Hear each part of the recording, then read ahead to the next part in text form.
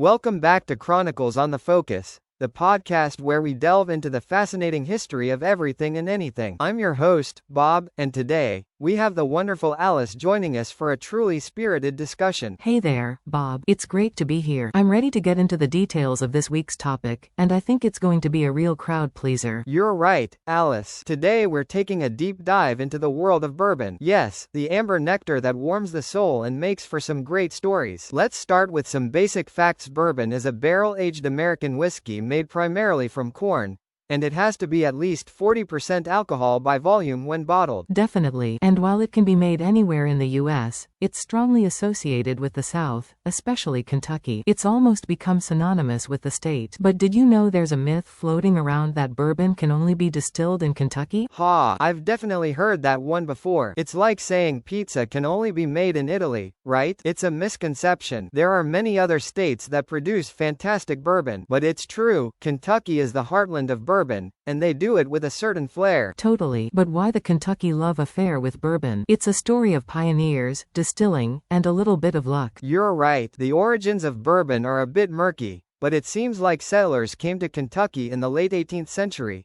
and brought their distilling skills with them. There are various stories about the inventor of bourbon, but it's likely there wasn't just one person. It's kind of like how the internet was invented by many different people contributing in their own ways. Exactly. But what we do know is that the aging process in charred oak barrels is what gives bourbon its distinctive color and flavor. And that's a big part of why it's so popular. It's almost like the charred barrels become an integral part of the flavor profile. But let's rewind a bit, Bob. There was a time when bourbon production was almost completely shut down. Prohibition. Ah yes, the dark ages of bourbon. It was a rough time. In the 1920s, with the 18th Amendment, all distilleries had to shut down. But you know what? They didn't completely stop making whiskey. A few companies were allowed to produce medicinal whiskey, and that's how they kept some bourbon flowing. It's a little known fact, but it's an interesting part of bourbon's history. Medicinal whiskey. Who knew? That's a fascinating loophole. And then, World War II hit, and bourbon production stopped again. Can you imagine living through that? Yeah, it's hard to fathom, but things changed for the better after the war. In 1964, Congress recognized bourbon as a distinctive product of the United States,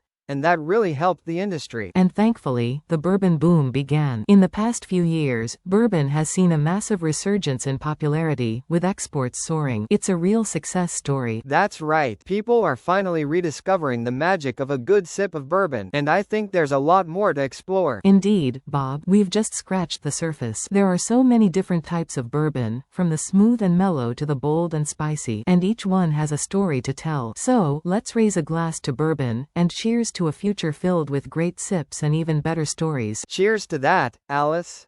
And remember, if you're interested in learning more about the fascinating world of bourbon, keep listening to Chronicles on the Focus. We'll be back with more thrilling tales soon.